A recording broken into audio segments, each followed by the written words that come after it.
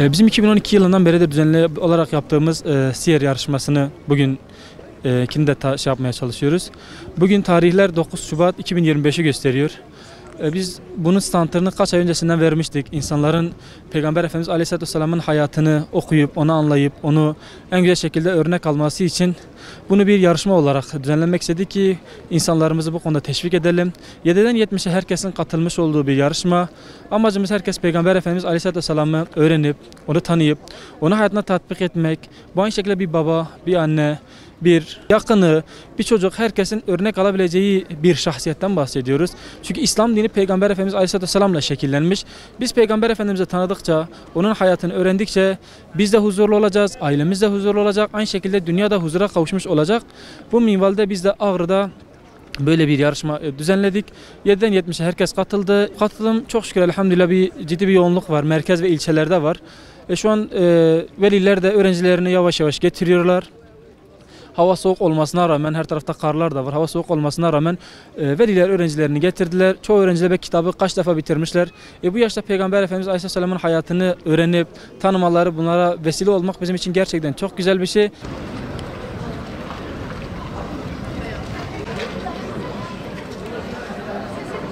Kızımı getirdim. Severek geldi. Çok çalışıyordu. Peygamber Efendimiz'in hayatını ezberlemeye çalıştı. Çok şükür güzel gitti. Katılmasını talep ettik. O da kendi çok severek geldi, getirdik. Çok heyecanlı. Yani özellikle çok heyecanlı. Hani baba ben kazanmak istiyorum, Peygamber Efendimiz'i daha güzel anlatmak istiyorum dedi. Getirdik. Her gün okumakla çalıştım. Her gün 1 saat çalıştım. İnşallah kazanacağım. Her gün tekrar ettim. Kazanacağım şimdi. Böyle olmuyor. Hadi yakışıklı dede. Bilgilerimiz var. Umut abi ben sana okul göndereyim. Ben hemen sana göndereyim.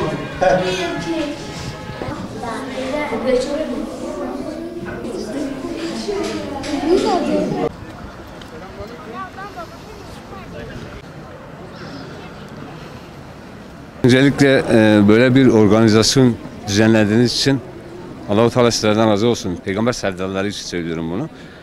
Oğlumla birlikte geldik. Oğlum yoğun bir çalışma sergiledi. Peygamber Efendimizin hayatıyla ilgili her ne varsa öğrenmeye çalıştı. Özellikle sınavın ötesinde Efendimizin hayatını araştırması ve öğrenmesi bizim için çok önemliydi.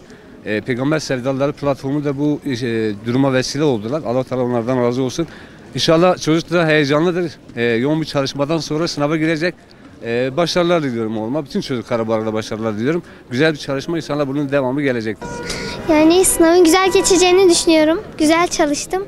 İnşallah kazanırım. Peygamberimizin hayatında gerçekleşmiş savaşlar, birçok olayı öğrendim. Çalıştı, ben de hayırlısı diyelim. İnşallah kazanırım.